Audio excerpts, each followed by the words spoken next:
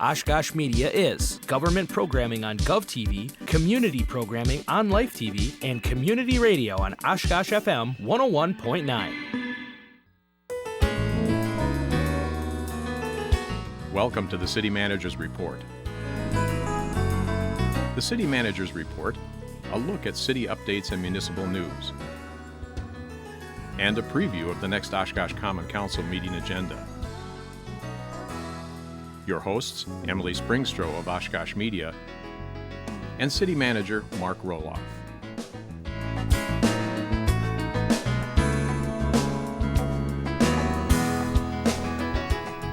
Hello everyone, and thank you for joining us on GovTV for your City Manager's Report, your source for all of the latest and greatest local news and updates here in the city of Oshkosh, as well as a preview of some of the highlights coming up on the council meeting agenda for the following week. So with that, I'd like to introduce myself first, Emily Springstroh, your host, and I'm always joined by our City Manager, Mark Roloff. So welcome, Mark. Thanks for joining us today. Great to be here, Emily. It's always great to have you. We've got a lot to talk about today. We've got quite a few items on the agenda, and we've got some good updates too for our viewers. So we're going to go ahead and dive into our hot topics for the first half of the show. We'll take a little break, and then we'll return with a review of some of the hot topics on the council agenda coming up on Tuesday, July 23rd, 2019. So, Mark, first thing that we want to do, we're right on the right off the heels of 4th of July here last week. We had a pretty big change happen here in Oshkosh with 4th of July festivities this year. Tell us how it went. A new location for the fireworks, a big new event downtown. How did it all go? It seemed to have gone very well. I think some of the video that you have or the photos you have off of Pioneer Island really say it all. It's just a beautiful night just before some storms hit, but great event for everybody. Of course, the fireworks were off Pioneer Island. We moved them up 15 minutes because we knew a storm was bearing down on us, and we got them shot off, and everybody was able to start heading to their cars before the downpour began. But we also had the celebration event called American Made over at the Leach Amphitheater, and really spreading into Riverside Park with all of the activities there, and of course, the 4th of July parade, which is always a great mainstay for our Independence Day here in Oshkosh, and a good turnout for that. So it was new for everybody to get used to with everything going on, but from everything I've heard from the police department, it was very safe, very family-oriented. There was one minor arrest for everything that was going on, so I think it went as well as you could expect for any event, and certainly for a first-time event. Very few glitches. Definitely. And it was exciting having the festivities right downtown, too, in Oshkosh. That was new. So it felt like a really strong local Oshkosh pride situation happening down there on the 4th of July. Oh, yeah. And the surrounding neighborhoods, I think, really enjoyed it because there were people who were inviting people, hey, come over, we have some, our backyard is facing the water. Come on, you just hang out in our backyard and watch the fireworks show. So they were sharing their access to the river and letting people enjoy that. And so a lot of the neighborhoods there had little parties going on top of all the festivities that were going on downtown. Yes, so we're thankful for the public embracing the updates that happened this year due to the construction down at Menominee Park. And as we're viewing clips from the parade, we have to give a little promotion to Oshkosh Media did cover the parade, so if you didn't get to make it to the parade or you want to rewatch it on TV, we are airing that right now on Life TV. With some great hosts from local organizations. So you can watch it online, oshkoshmedia.org, on Life TV, YouTube, lots of great places. So great 4th of July. We're happy that everything went very well. So moving along. Yeah. Moving along to another huge event coming up here in Oshkosh. It is just about EAA AirVenture Week. Coming up next Monday, we're kicking off the 50th year here in Oshkosh. Yeah, and so if you're a visitor from outside the area, welcome to Oshkosh. Hope you enjoy your stay. But AirVenture Week is big in Oshkosh, and I'm so proud of our community. We roll out the red carpet, welcome the world to Oshkosh, and all the things that go along with it, the air show and everything that means to aviation is going to be here. And of course, there's issues we all have to contend with when you have a big party at your house. Things get a little hectic, and things get a little hectic here, but but we'll manage through it. It really is an exciting week here in Oshkosh. You can feel the energy from EAA AirVenture and people, like you said, from all around the world. So, of course, we always want to give the reminders to be patient with traffic, especially around air show time and around the airport area. And around roundabouts. Not everybody's used to them. So please be considerate and be understanding for people who are witnessing roundabouts. They're really good at flying airplanes, but roundabouts are new to them. So be kind to our guests. Yes, definitely. And it's really an awesome boost for Oshkosh's tourism as well. I mean, the restaurants are going to be a little bit busier this week, and the hotel areas and everything. But it's also a great opportunity to meet some great people from around the world and kind of represent Oshkosh and welcome them here. And for those who like bottom line types of things, University of Wisconsin Oshkosh did a study and estimates that the economic impact to the 5-county area of the counties, we're pretty much hugging along Interstate 41, the economic impact is $170 million. Wow.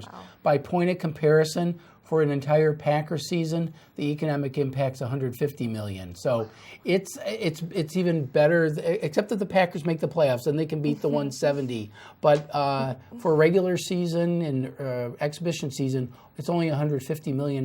So that gives people an idea of the real incredible financial economic impact that comes into the community from around the world when we hold AirVenture. So thanks for everybody, and keep spending your money here in Oshkosh. Yes, very excited to welcome EAA AirVenture for the 50th year. Oshkosh Media will be getting out there and getting some clips, so make sure you keep tabs on our Facebook page. We'll be giving you a little bit of an inside look on the grounds as well if you can't make it out there too. So moving down our list of items here, we've got a little bit more of a local, I guess you could say, event here coming up. National Night Out is coming up. It's always first Tuesday in August, so this year it's on August 6th.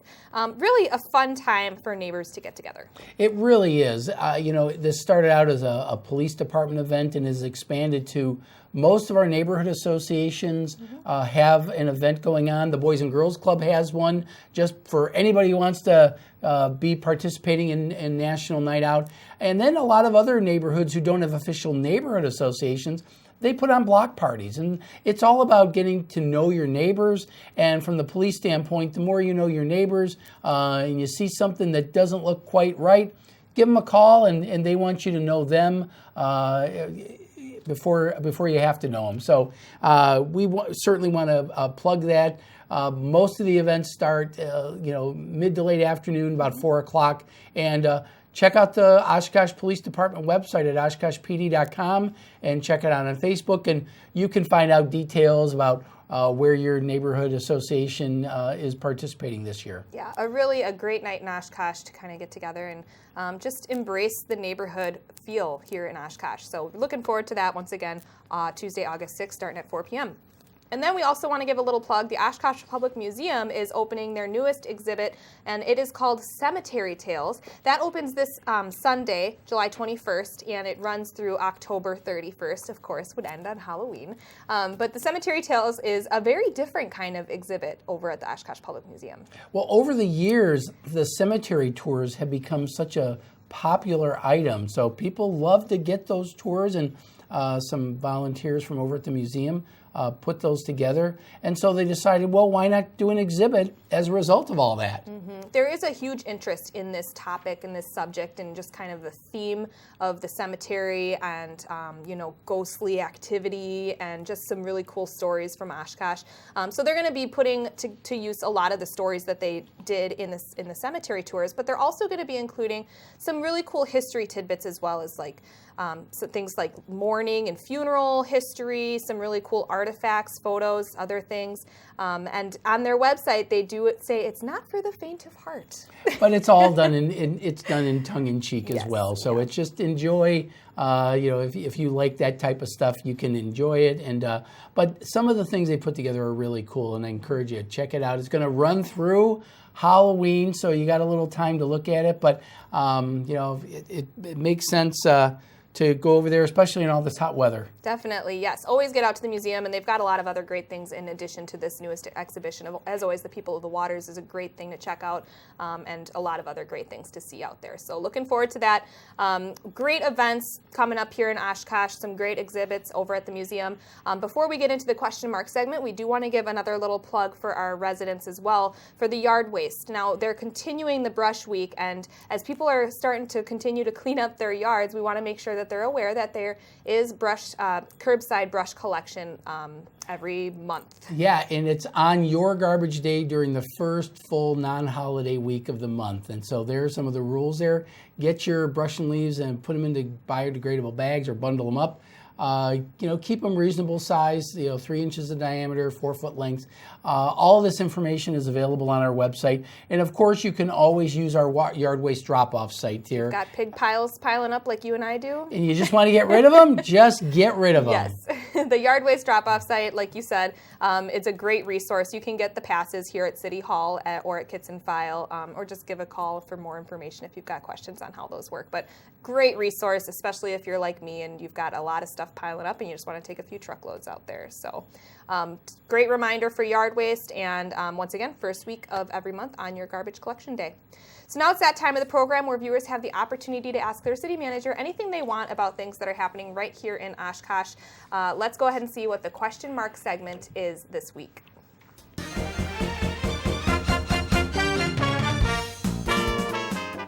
All right, question came from Facebook this week, and that is, where can I go to stay cool in this forecasted heat that's coming up? Well, we know this question didn't come and sit with us since January, that's for sure. No, it is not. It's very latest and greatest question, for sure. Well, it's interesting because there are multiple places that we can suggest that you go to.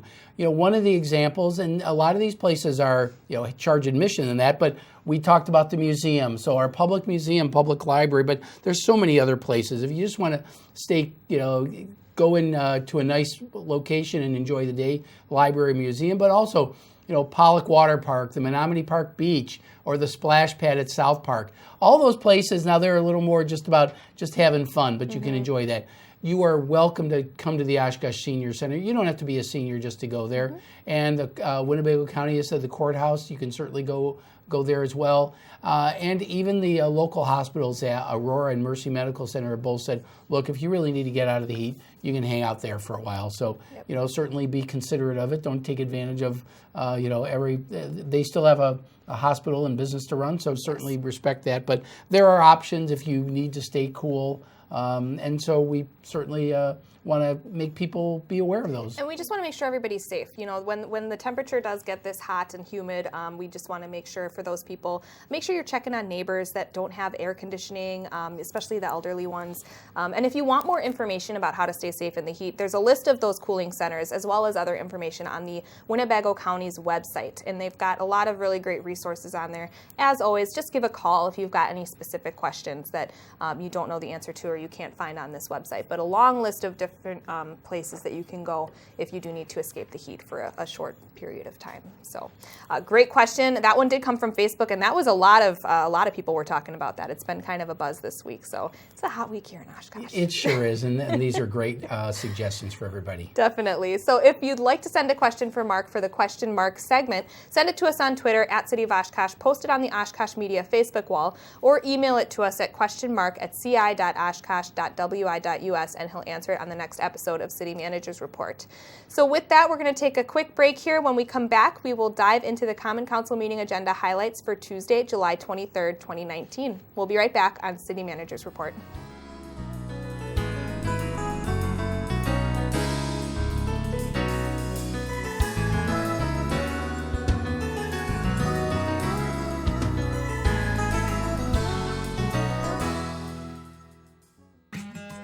If you lined up all the unused computers in Wisconsin households, they'd go from Milwaukee to Kansas City. But did you know since 2010, we've recycled more than 250 million pounds of electronics in Wisconsin alone? And most of those electronics were processed and recycled right here in Wisconsin.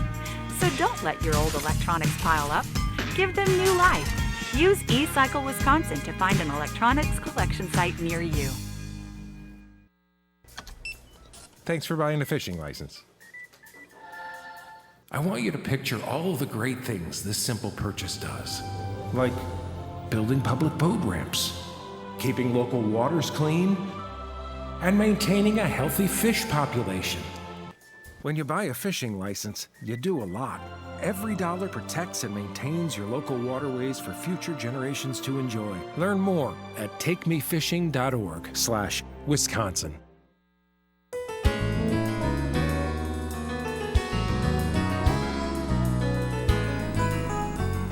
Welcome back to City Manager's Report. Thanks again for joining us. We're in the second half of the show, so we're going to go ahead and take a look at some of the highlights coming up on the Common Council meeting agenda for Tuesday, July 23rd, 2019.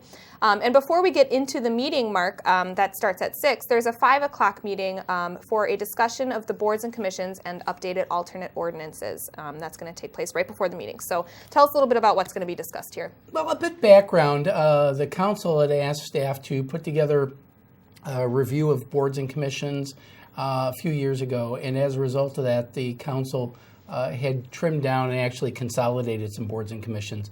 But there was always an idea, if there are any needs for additional boards or commissions, can we do that? And so I think they're going to discuss some possibilities. Another study that was done by staff was about the possibility of diversity and inclusion being studied a little more closely, perhaps a committee. I think that's one of the things that will be discussed. And then there were also some things that came out of the study regarding possibility of creating alternates on more boards and commissions to really develop bench strength for our boards and commissions so that more people are aware of it and can fill in when there's somebody absent from a meeting. And then the mayor has been kicking around some ideas on how to involve youth more, and so I think she wants to introduce some ideas for people to consider to get youth involved in our different boards and commissions. So those are the main things that are going to be discussed. We only have 45 minutes, and so it'll be a very targeted, specific discussion on some of those ideas. So that gives you a little preview about what's going on. Excellent. A lot of brainstorming happening and a lot of, a wide variety of things going to be talked about and refreshing the boards and commissions, I guess you could say. Oshkosh Media will be covering this meeting as well, so just tune in on GovTV and you can watch it live, or replays will be aired as well on our website or on GovTV. So moving down into the agenda here, first thing we've got is a presentation on the Pioneer redevelopment by Tim Hess. And this is always exciting when you see the Pioneer on the agenda. So kind of walk us through what this presentation is going to be covering. Well, this is about something that's been asked by people for years. What's going on with the Pioneer Inn property? There's a local developer, Art Dumke, who has an option on the site, and he has some ideas that he wants to present to council.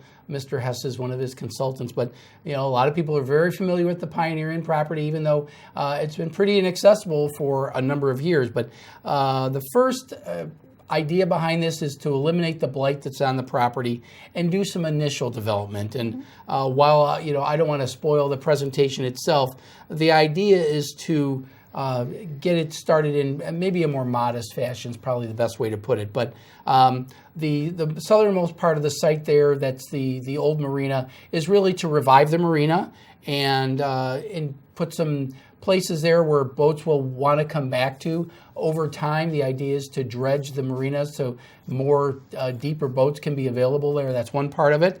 Then there's the Pioneer Island itself, and there's kind of two phases to that as well on the island. On the southern part of the island is to introduce perhaps a restaurant bar type of situation. A lot of people have great memories of the old tiki bar there. This would be Four Seasons, though, but it would really the primary purpose is to accommodate the boat traffic over at the marina. Speaking of that, over in the marina area, they're actually talking about a very modest 12-unit extended stay type hotel. The idea is it's primarily for the marina guests, so that they have a place to stay if they choose to, not to compete with our local hotels, but really just offer a service to the marina. But if the marina folks don't want to use it, the residents, other people can use it as well.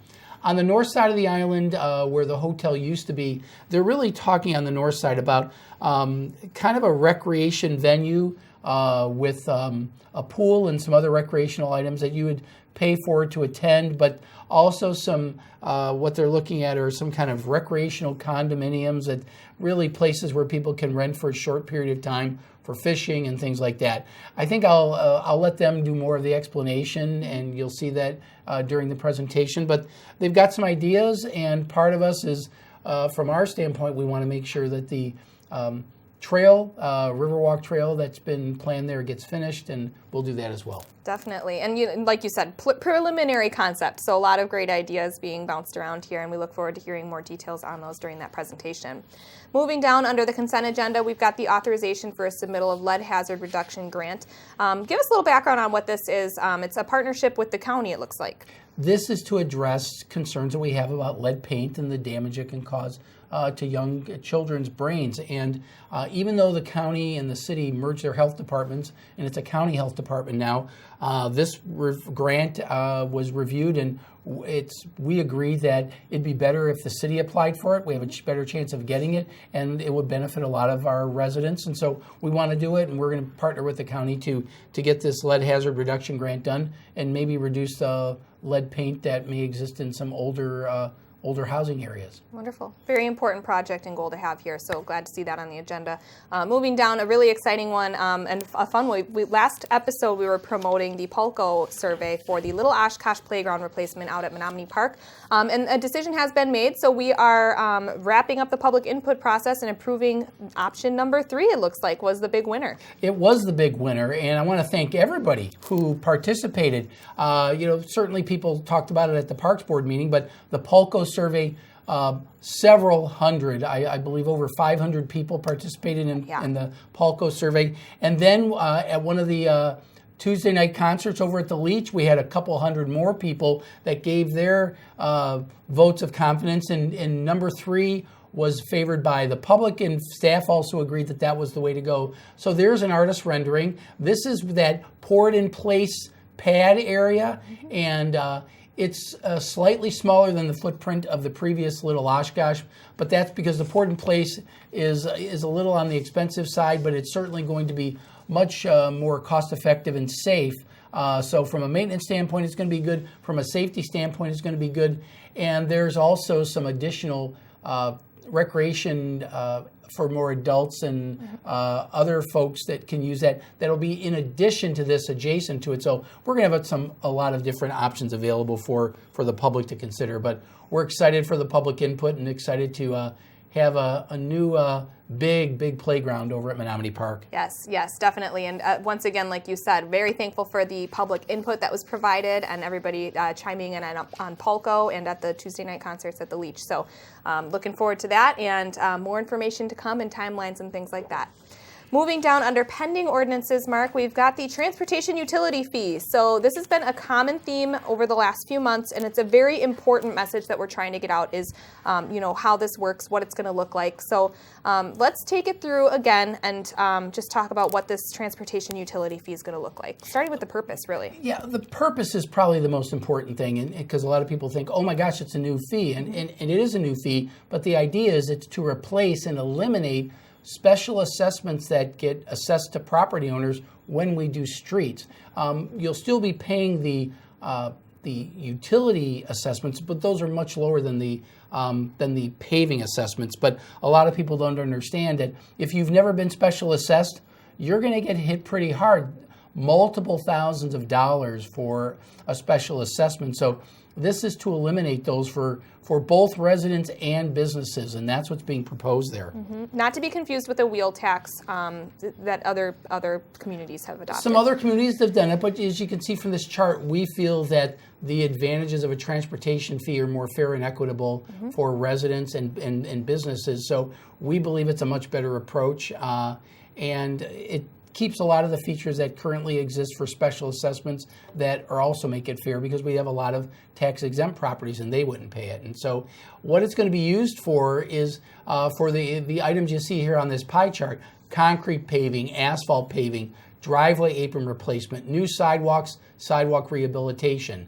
One of the more controversial issues, to be honest with you, is sidewalk rehabilitation. It's about a quarter of the whole fee. So that is going to be something that the council will have to consider, and they'll make that decision based on the input they receive. Yes, and then of course the one of the biggest themes that we've seen on social media and in general is assessments from the past. Of course, there is a downside to this, and if you have been recently assessed and are paying an assessment, however, you're still going to have to pay that assessment. We took a look at every community that has changed their special assessment policy with a funding source like a wheel tax or this transportation fee, and there has to be a cutoff. And universally, it's the year in which the fee was created. So I know that is disconcerting to some people, but somebody has to be in the front of the line, somebody has to be in the back of the line. I assure you that when we come around to do your street again, then you're not going to be assessed and you'll see the benefit of it. And that's a legitimate issue that people have. But I think we followed what other people have done. We think this is the best way to do it. And you had a comparison that you were telling me about before we started taping, and it was how many years that you'd have to pay. It's a $4.50 fee that you're paying. So at what point would that become even with a general assessment?